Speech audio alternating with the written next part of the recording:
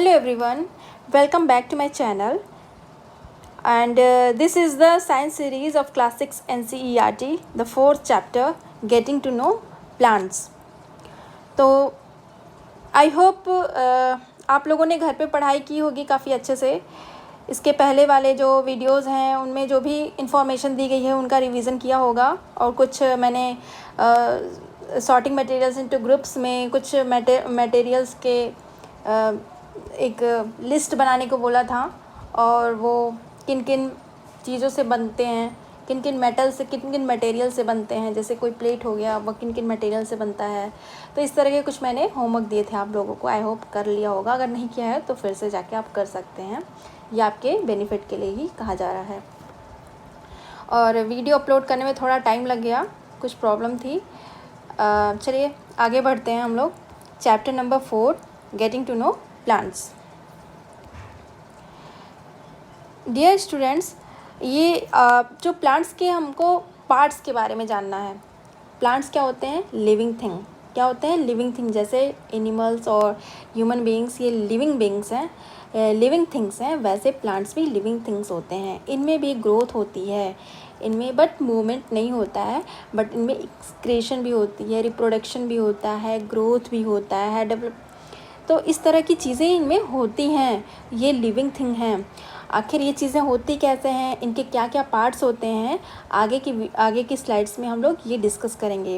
ये देखिए, आपको चित्र में एक फिगर में एक प्लांट दिखाया गया है. प्लांट के 2 पार्ट्स होते हैं. हम 2 सिस्टम्स में इसको स्टडी कर सकते हैं. एक होता है रूट शूट सिस्टम और एक होता है रूट सिस्टम. रूट सिस्टम जैसा कि नाम से ही लग रहा है कि रूट जो ग्राउंड के अंदर ग्रोथ करता है, और शूट सिस्टम जो ग्राउंड के ऊपर ग्रोथ करते हैं. शूट सिस्टम में आपका स्टेम, लीव्स, बर्ड्स, फ्लावर्स ये सभी आ जाते हैं. और ये टैप रूट्स और लैटरल रूट्स हैं. आगे चल के हम आगे की स्लाइड्स में रूट्स के टाइप भी पढ़ेंगे. और आगे की कक्षाओं में और भी डिटेल में जानने के लिए आगे की कक्षाओं की जो एनसीईआरटी की वीडियोस अपलोड की जाएंगी उनमें डिस्कस किया जाएगा. तो हमें जितना ज़रूरी है हमारे क्लास के हिसाब से हम उतना ही इसमें पढ़ेंगे. ओके. तो ये देखिए, इसमें ये इसको नोड्स बोलते हैं. जहाँ से ये स्टेम और लीव्स के बीच में जो पॉइंट होता है उसको हम लोग नोड्स बोलते हैं. और 2 लीव्स के बीच में जो डिस्टेंस होता है उसको हम लोग इंटरनोड बोलते हैं. और ये इसको बड बोलते हैं. और ये लीव्स हैं, आपको जैसे पता ही होगा. ये अनदर बर्ड्स हैं.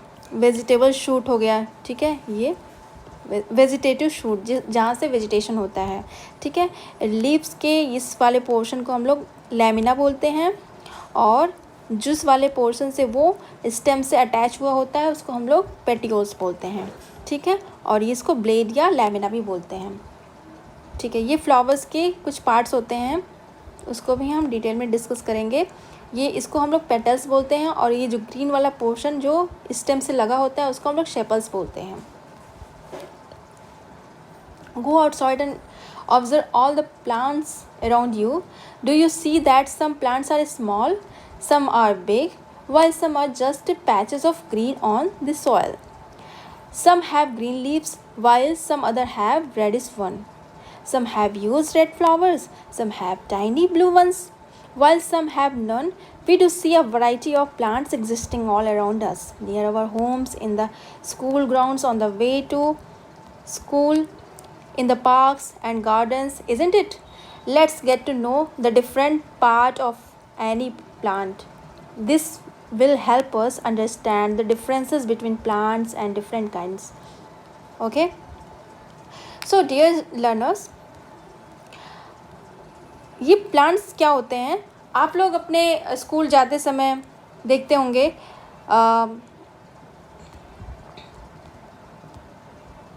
आप लोग जब स्कूल जाते होंगे तो आप अपने चारों तरफ कुछ प्लांट्स को देखते होंगे. कुछ की लीव्स क्या होती हैं, बहुत बड़ी होती है. कुछ प्लांट्स बहुत बड़े होते हैं, ट्रीज़ जैसे. कुछ बहुत ही छोटे होते हैं. कुछ जो घास पे, जो ग्राउंड पे कुछ पैचेस की तरह होते हैं, वो भी प्लांट्स होते हैं. सॉइल पे वो इस तरह से उसको ग्रास बोलते हैं. कुछ की पत्तियां हरी होती हैं और कुछ की कुछ रेडिश होती हैं, और कुछ के बहुत बड़े बड़े फ्लावर्स होते हैं और कुछ के बहुत छोटे छोटे फ्लावर्स होते हैं। कुछ के फ्लावर्स येलो होते हैं, कुछ के रेड होते हैं, कुछ के पिंक होते हैं, और इस तरह से डिफरेंट काइंड्स ऑफ प्लांट्स और डिफरेंट काइंड्स ऑफ उनकी वैरायटीज़ होती हैं फ्लावर्स की, उनके लीव्स की। तो हम अपने आसपास तो ये सब देखते ही हैं। आखिर ऐसा क्यों होता है? सबकी अलग अलग, जैसे हमारे यहाँ हम आपस में कितने अलग होते हैं एक दूसरे से। ह्यूमन बींग्स में देख लो, सबके फेस अलग हैं, सबके हाथ पैर सब कुछ अलग है, रंग ढंग, लेकिन उनकी कुछ एक कम्युनिटी होती है। अलग अलग कैटेगरी के लोग अलग अलग कम्युनिटी में डिवाइड होते हैं। वैसे ही प्लांट्स के बारे में भी हम लोग डिस्कस करेंगे कि प्लांट्स की भी अलग अलग कम्युनिटी होती है। कुछ ट्रीज़ में होते हैं, कुछ श्रब्स, कुछ को हर्ब्स बोलते हैं, और कुछ बहुत बड़े होते हैं, कुछ ऐसे ग्राउंड पे पैसेस की तरह होते हैं, और कुछ छोटे छोटे होते हैं। फ्लावर्स के प्लांट जो होते हैं वो बहुत छोटे होते हैं, और कुछ फ्रूट्स के जो प्लांट होते हैं वो बड़े बड़े होते हैं, जिनको ट्रीज़ बोलते हैं। तो इनमें डिफरेंसेस होता है। आइए हम जानते हैं ये हर्ब्स, श्रब्स एंड ट्रीज़ क्या होते हैं। Plants with green and tender stem are called herbs. They are usually short and may not have many branches. ठीक है, जैसा कि नाम से है, कुछ प्लांट्स जो होते हैं वो बहुत ही, उनका जो स्टेम होता है वो बहुत ही टेंडर होता है, बहुत ही सॉफ्ट होता है। मतलब हल्का से आप ऐसे हाथ से टच करोगे तो वो टूट जाएंगे, ब्रेक हो जाएंगे। ठीक है, और उनमें बहुत सारे ब्रांचेस नहीं होते हैं। ठीक है, उनमें बहुत सारे ब्रांचेस नहीं होते हैं, उनको हम हर्ब्स बोलते हैं। और कुछ प्लांट्स ऐसे होते हैं जिनके जो स्टेम होते हैं उनके बेस से ही वो डेवलप कर जाते हैं। आप जैसा कि यहाँ पे देख सकते हैं इस फिगर में, इसमें आप देख सकते हैं इसके जो स्टेम्स हैं वो इसके बेस वाला पार्ट है ना, वहीं से वो डेवलप कर गए हैं, तो इनको हम लोग श्रब्स बोलते हैं। और ये जो प्लांट है इसको हम लोग हर्ब बोलते हैं। देखिए इसके जो स्टेम है बहुत ही टेंडर दिखाई दे रहे हैं, बहुत सॉफ्ट होते हैं। और जो ट्रीज़ होते हैं उसको तो आप जानते ही हैं, बहुत ही बड़े होते हैं, उनके बहुत सारी शाखाएं होती हैं, बहुत सारे ब्रांचेस होते हैं।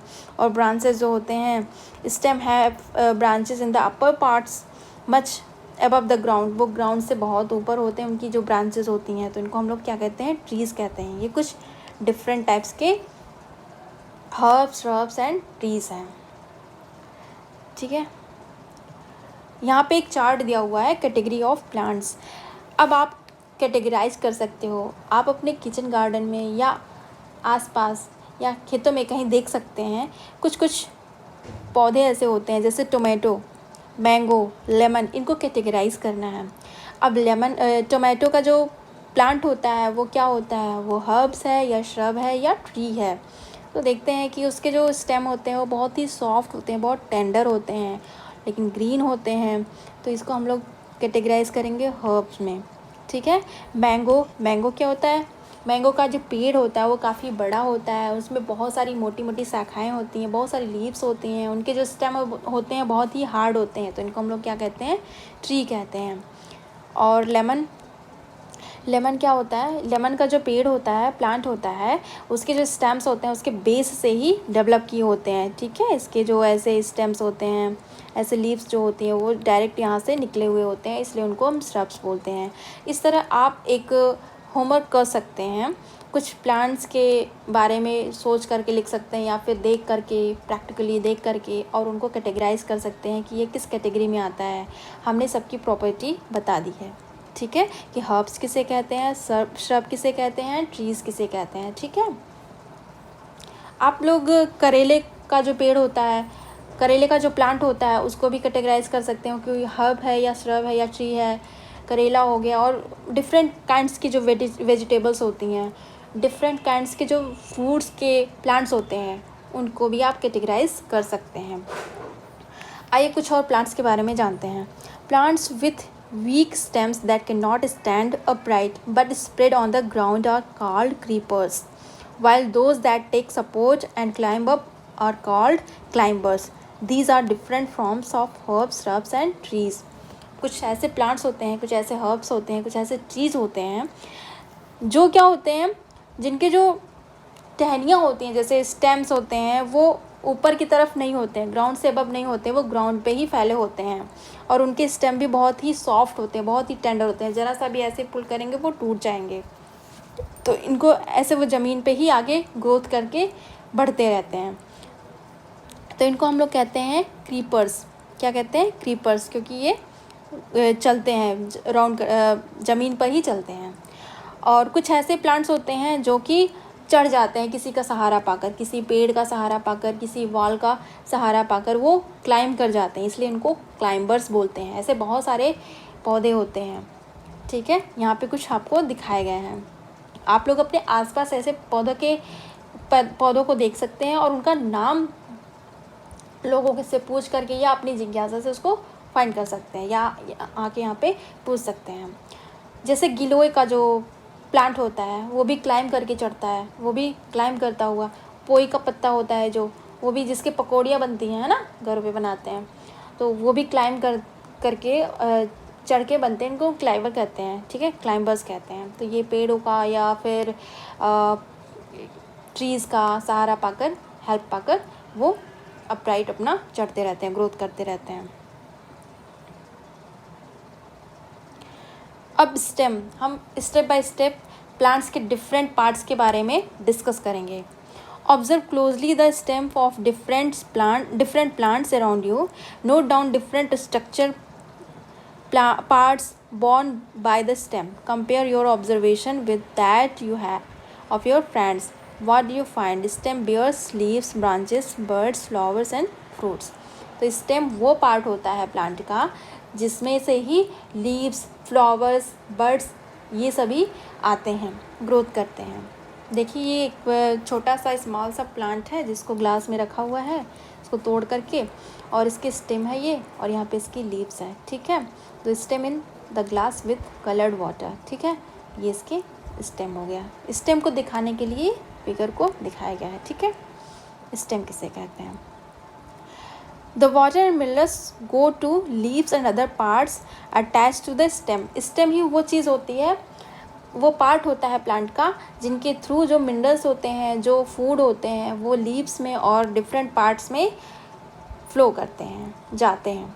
ठीक है, ये देखिए यहाँ पे स्टेम का क्रॉस सेक्शन दिखाया गया है।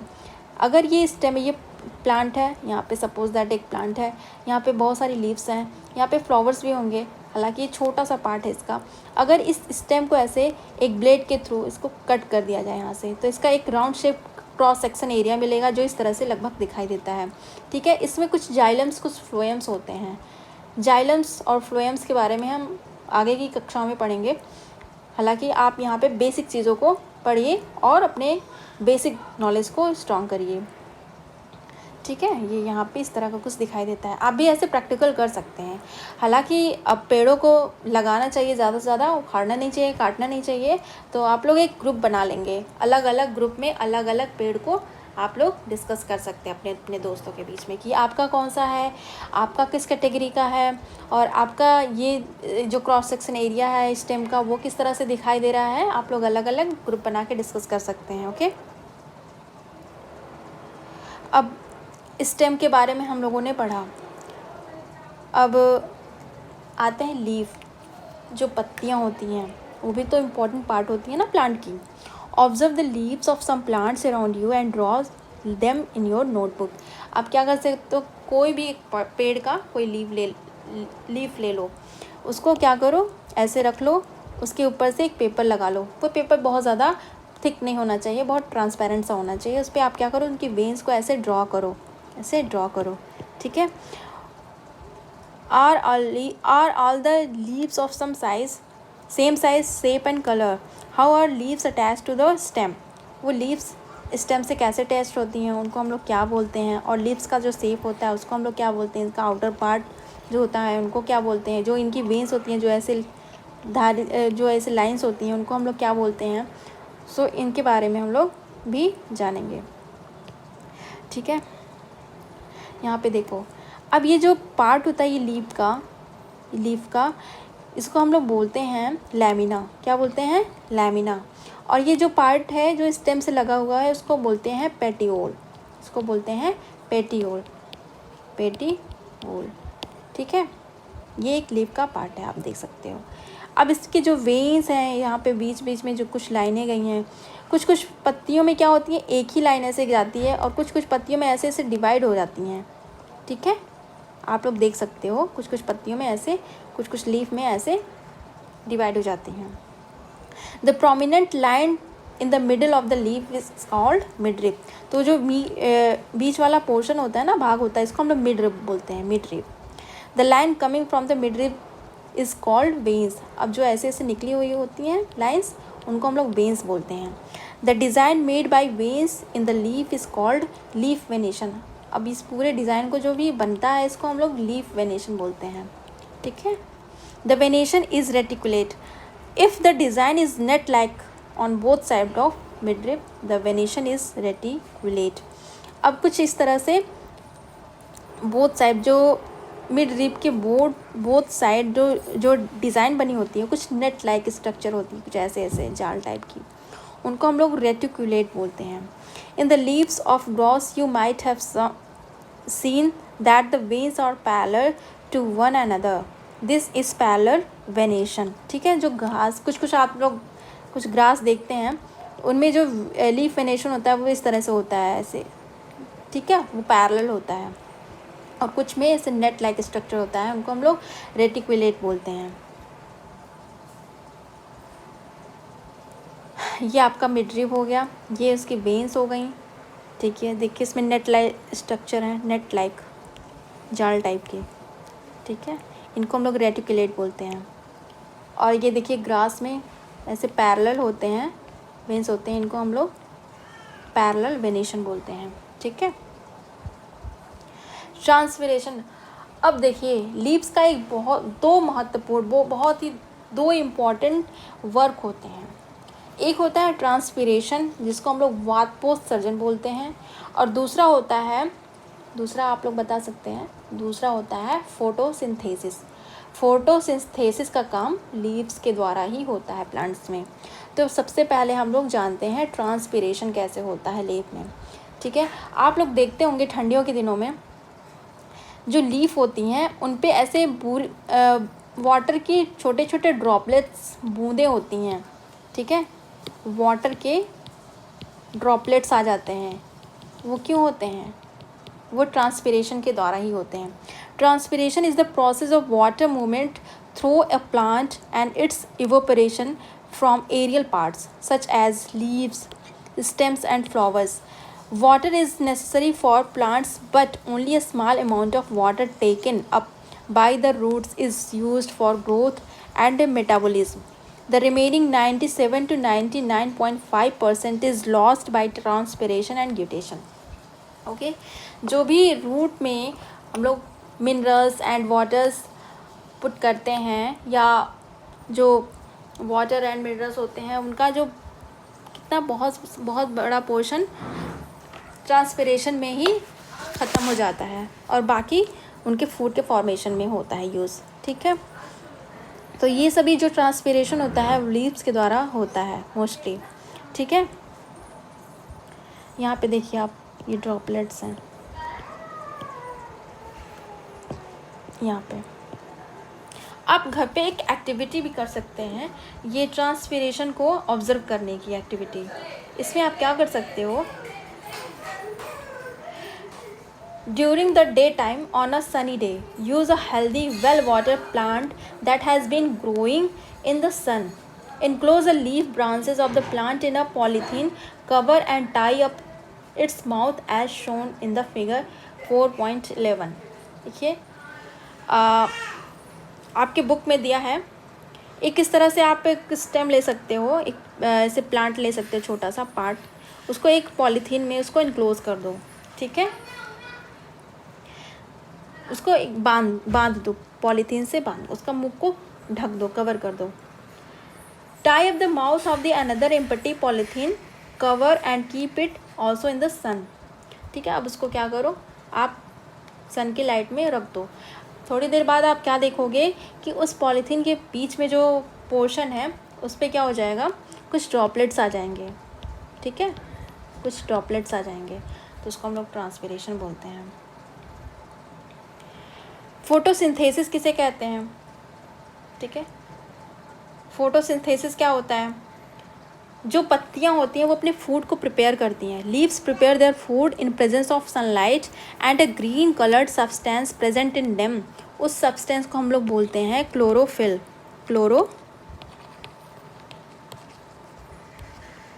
ठीक है, इस क्लोरोफिल सब्सटेंस के कारण वो ग्रीन कलर का सब्सटेंस होता है लीव्स के अंदर, वो क्या करते हैं? फोटोसिंथेसिस करते हैं। और एक बहुत इंपॉर्टेंट चीज़ होती है, for this they also use water and carbon dioxide.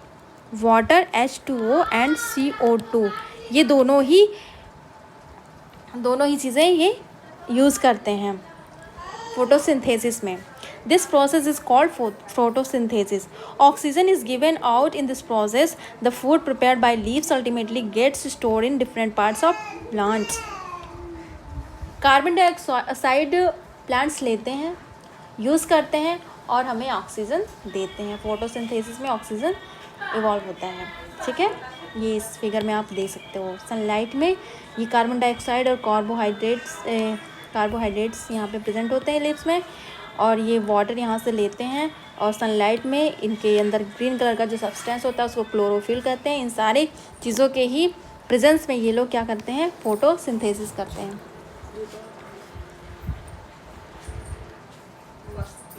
Root, आइए अब हम प्लांट के बारे में देख रहे थे, तो हमने पढ़ा स्टेम के बारे में, लीफ के बारे में।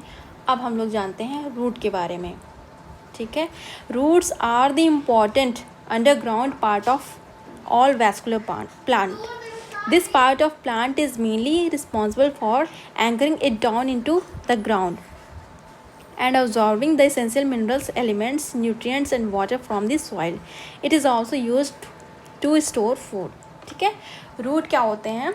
फूड को स्टोर करने का काम करते हैं। अगर हम रूट में वाटरिंग नहीं करते हैं, उनकी लीव्स पर बस वाटरिंग करते हैं, तो क्या वो प्लांट ग्रोथ करेगा? नहीं करेगा ना। तो रूट का जो इम्पोर्टेंट वर्क होता है वो मिनरल्स, न्यूट्रिएंट्स एंड वाटर्स को एब्जॉर्ब करना होता है। ठीक है, अब हम रूट्स के कुछ टाइप भी देखेंगे। यहाँ पे देखिए, ये जो प्लांट है इसमें रूट है, और ये प्लांट जो है इसमें रूट नहीं दिया है, तो इसको हम लोग रूट कहते हैं। ठीक है, अब एक एक्टिविटी आप कर सकते हो, चने को भिगा दीजिए, वो अंकुरित हो जाए, उसमें से छोटे छोटे वाइट कलर के रूट निकल जाते हैं। ठीक है, इसको कॉटन में लपेट कर रख दीजिए, रैप करके रख दीजिए, तो क्या होता है? कुछ इस तरह से वाइट पार्ट बाहर आ जाते हैं। इनको हम लोग क्या कहते हैं? रूट कहते हैं। अगर इनको आप किसी मिट्टी में या फिर गमले में लगा देते हैं तो उससे एक छोटा सा प्लांट उग जाता है, चने का प्लांट। ठीक है, तो कैसे इस तरह से रूट सिस्टम का डेवलपमेंट होता है ये हम लोग को जाना। देखिए यहाँ पे ये रूट है, कुछ इस टाइप के रूट होते हैं, अलग अलग रूट को अलग अलग नामों से जाना जाता है। आगे की कक्षाओं में आप लोग बहुत डिटेल से रूट सिस्टम के बारे में पढ़ेंगे। यहाँ पे बहुत थोड़े ही पार्ट के बारे में बताया गया है रूट के कितने टाइप्स होते हैं। एक होता है टैप रूट, एक होता है फाइब्रस रूट। टैप रूट वो होते हैं जो डायरेक्टली ग्राउंड के अंदर सीधे वर्टिकली जाते हैं, और ये जो इस तरह से फाइब्रस रूट होते हैं वो कई सारे रूट्स एक दूसरे से निकले होते हैं, जाल टाइप का स्ट्रक्चर होता है, इसको हम लोग बोलते हैं फाइब्रस रूट। ठीक है, अब आप कुछ ऐसे प्लांट ले लेंगे जिनमें कुछ आप उसको डिस्कस करेंगे, उनका लीफ वेनेशन कैसा है, उनका रूट कैसा है, टैप रूट है या फाइब्रस रूट है। ठीक है, आप उनका नाम लिख सकते हो अपने नोटबुक में। We have learned that roots absorb water and minerals from the soil and the stem conducts these to the leaves and other parts of the plant. The leaves prepare food. तो क्या होता है? हमने 3 important part को discuss किया। क्या किया? Root क्या होते हैं? मिनरल्स और न्यूट्रिएंट्स को ऊपर की तरफ ले जाते हैं स्टेम में और डिफरेंट पार्ट्स में, और स्टेम क्या होते हैं? वो कंडक्ट करते हैं किसमें? जो भी चीज़ें हैं उनका कनेक्शन बनाते हैं। वो जो मटेरियल्स हैं, न्यूट्रिएंट्स है, वाटर हैं, वो अदर पार्ट्स में ले जाते हैं। रूट्स तो अपना एब्जॉर्ब करने का काम करते हैं, स्टेम्स क्या होते हैं, उनको डिफरेंट पार्ट्स में डिवाइड करते हैं, और जो लीव्स होते हैं वो हमारा फूड का प्रिपरेशन करते हैं, प्लांट्स के लिए फूड का निर्माण करते हैं। तो ये सभी इनके अलग अलग पार्ट्स के अलग अलग वर्क हो गए। This food travels through the stem and is stored in different parts of the plant. We eat some of these as roots like carrot, radish, sweet potato, turnip and tapioca. We also eat many other parts of the plant where food is stored. ठीक है, हम लोग कुछ ऐसे plants को खाते हैं जैसे जो रूट होते हैं, जैसे रेडिश हो गया, कैरेट हो गया, और कुछ स्टेम भी होते हैं जैसे पोटैटो हो गया, जिंजर हो गया, ये सब स्टेम हैं। स्टेम लाइक स्ट्रक्चर होते हैं, स्टेम होते हैं जिनमें फूड स्टोर होता है, तो इसको स्टेम बोलते हैं। ये भी हम लोग खाते हैं। और रेडिश वगैरह देखिए, यहाँ पे कैरेट है, ये सब रूट हैं। ये टर्निप हो गया, रेडिश हो गया, ये सभी हम लोग रूट खाते हैं। ज़रूरी नहीं है केवल हम फल और फूल खाएं, लीव्स खाएं, हम लोग कुछ लीव भी खाते हैं ना, जैसे साग के, स्पेनिच के, और फेनुग्रेनिक्स के खाते हैं। सीड भी होता है और उसका जो लीफ होता है उसको भी हम लोग सब्ज़ी बना के खाते हैं ना। ये सब ग्रीन लीव्स होते हैं, इनकी सब्जियां खानी चाहिए। ग्रीन ये सब बहुत ही फ़ायदा करते हैं, हमारे स्वास्थ्य के लिए बहुत ही ज़्यादा बेनिफिशियल होते हैं। So do you agree that stem is like a street with two ways traffic? ठीक है, ये जो स्टेम होता है वो टू वे ट्रैफिक का काम करता है। एक तो ये एब्जॉर्ब करता है न्यूट्रिएंट्स को एंड मिनरल्स को, एंड जो भी वाटर है उसको एब्जॉर्ब भी करता है, और जब लीफ के द्वारा फूड बन जाता है, फूड का प्रिपरेशन हो जाता है, तो क्या करते हैं जो स्टेम होते हैं उसको फिर से वो दूसरे पार्ट्स में फ्लो करते हैं। तो इसलिए इनको टू वे ट्रैफिक का नाम भी दिया जाता है स्टेम को। अब आते हैं most important part of the plants. तो प्लांट्स के सबसे इम्पॉर्टेंट पार्ट्स होते हैं फ्लावर्स। ठीक है, फ्लावर्स के बारे में तो आप लोग जानते ही होंगे, बहुत सुंदर सुंदर रंगीन फ्लावर्स होते हैं, येलो कलर के, रेड कलर के, पिंक, ब्लू, बहुत डिफरेंट कलर्स के फ्लावर्स होते हैं। ये रोज़ का फ्लावर हो गया, बहुत सारे फ्लावर्स होते हैं। ठीक है, marigold. The prominent part of the flower are called petals. जो भी उसका जो फ्लावर होता है उसका सबसे महत्वपूर्ण, सबसे प्रोमिनेंट पार्ट होता है, मेन पार्ट होता है उसका लीफ होता है, सॉरी पेटल्स होता है। ठीक है, इस तरह से कुछ पेटल्स होते हैं। Different flowers have petals of different colours, और सबके पेटल्स भी अलग अलग होते हैं, अलग अलग फ्लावर्स के। The petals are in a closed bud. The most prominent part of the bud is made of small leaf-like structures. They are called sepals. अब ये जो बड होते हैं, ठीक है, ये जो बड होते हैं ये फ्लावर्स जैसे होते हैं, जैसे एक कली हो गई, बड हो गया रोज़ का, वो इस तरह से कुछ स्ट्रक्चर्स में कवर होते हैं। इनको हम लोग सेपल्स बोलते हैं। इनको क्या कहते हैं? सेपल्स होते हैं। जब ये फ्लावर खिल जाता है तो ये सेपल्स भी थोड़े फैल जाते हैं, लेकिन ये इन्हीं के अंदर इनक्लोज होते हैं, इनको सेपल्स बोलते हैं। और ये जो बड होता है ये खिल जाता है थोड़ा, तो इसको हम लोग, ये जो खिल के इस तरह से कुछ पार्ट हो जाते हैं उसको हम लोग पेटल्स बोलते हैं, पंखुड़ियाँ। ठीक है, ये एक टेबल दिया हुआ है, इसमें रोज़ किन किन कलर्स के होते हैं, 5 कलर्स के होते हैं, उनको सेपरेट करना, प्री प्रेजेंट, इस तरह से कुछ पेटल्स होते हैं वो किस तरह से होते हैं, फ्री होते हैं या फिर जॉइंट होते हैं, सेपरेट होते हैं, कौन कौन से कलर्स के होते हैं, ये आप लोग स्टडी कर सकते हो। To see the inner part of the flower clearly, you have to cut it open.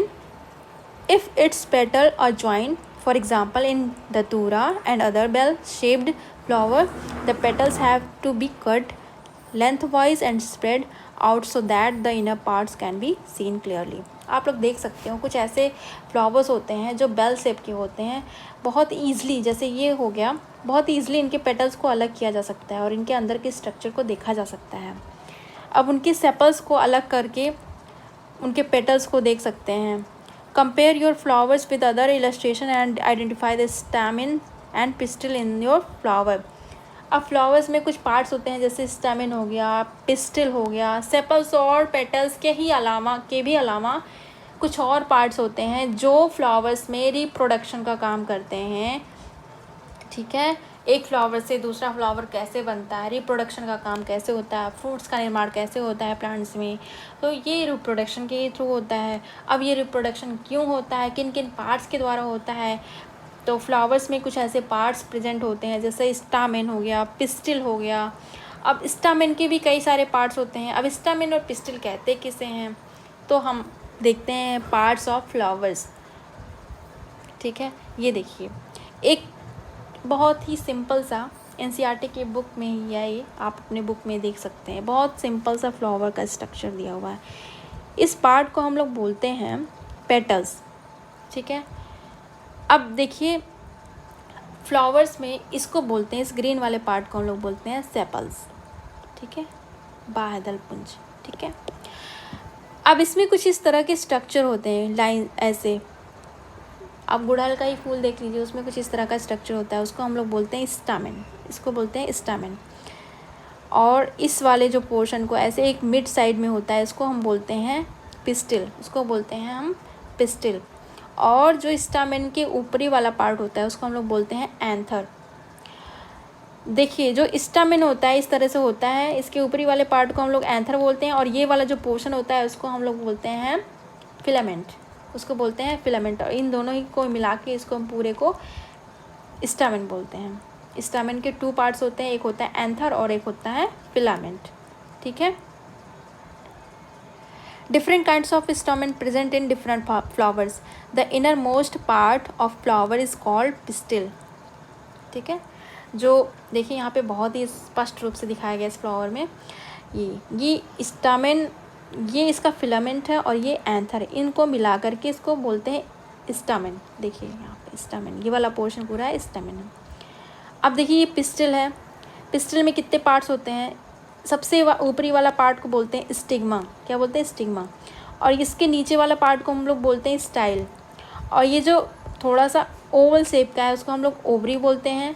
और इसके अंदर भी छोटे छोटे ओवल्स होते हैं, इसको हम लोग ओव्यूल्स बोलते हैं। ठीक है, अब इसको, ये जो पेटल्स हैं इनको कोरोला बोलते हैं, और ये जो सेपल्स हैं इसको हम लोग कैलिक्स बोलते हैं। ठीक है, कैलिक्स। तो ये फ्लावर के पार्ट्स हो गए। कुछ इस तरह से आप रियलिटी में देख सकते हैं। ये गुड़हल का ही है, तो इसमें देखिए ये एंथर है, ये इसके फिलामेंट हैं, इसको हम लोग स्टामेन बोलते हैं। और ये इसका पिस्टल है। ठीक है, स्टिग्मा है, स्टाइल है, फिर यहाँ पे ओवरी, ओवल्स, इस तरह से इसके डिफरेंट पार्ट्स होते हैं। देखिए इस तरह से ये स्टिग्मा है, पिस्टिल का एक स्ट्रक्चर है। पिस्टिल के 3 पार्ट्स होते हैं, जैसे स्टामेन के 2 पार्ट्स होते हैं एंथर और फिलामेंट, वैसे ही पिस्टिल के 3 पार्ट्स होते हैं। स्टिग्मा सबसे ऊपर वाला पार्ट, स्टाइल उसका जो लंबा वाला पोर्शन होता है उसको स्टाइल बोलते हैं, और इसका ये जो ओवल शेप होता है उसको ओवरी बोलते हैं। ठीक है, इसका हम लोग ये यहाँ पे पार्ट्स ऑफ स्टामेन। कुछ एक्टिविटी आप कर सकते हैं इस तरह से, कुछ कट कर सकते हैं। बीच वाला जो फ्लावर के बीच वाला पोर्शन होता है उसको हम लोग कट करके देख सकते हैं कि उसके अंदर क्या क्या होते हैं। देखिए छोटे छोटे एक्स लाइक स्ट्रक्चर मिलते हैं ना हमको, जो किसी भी फ्लावर का एक पिस्टल को आप ले लीजिए, उसको कट करिए तो उसमें छोटे छोटे एक्स लाइक स्ट्रक्चर मिलते हैं, उनको हम लोग ओवल्स बोलते हैं। ठीक है, इस तरह की एक्टिविटीज़ आप कर सकते हैं। कुछ इस लाइक स्ट्रक्चर, ये देखिए इसका क्रॉस सेक्शन एरिया है, इसको कट किया गया है, तो इसमें से आपको इस तरह से पार्ट दिख रहे हैं। अब फ्लावर्स में रिप्रोडक्शन कैसे होता है ये हम नेक्स्ट की क्लासेस में देखेंगे, क्योंकि अभी आपका बस काम है बेस मजबूत करना। ठीक है, उसके बाद हम लोग बहुत ही डिटेल में सारी चीज़ों को जानेंगे। उसके बाद ये चैप्टर यहीं पे फिनिश होता है। आप लोग चाहें तो बुक से और भी चीज़ें पढ़ सकते हैं, और कुछ एक्टिविटीज़ भी दी हुई हैं, एक्टिविटीज़ कर सकते हैं और एक्सरसाइज भी कर सकते हैं। काफ़ी इजी वे में हमने समझाने की कोशिश करी है। तो आगे की वीडियोस में मिलते हैं हम लोग, तब तक के लिए बाय, थैंक यू।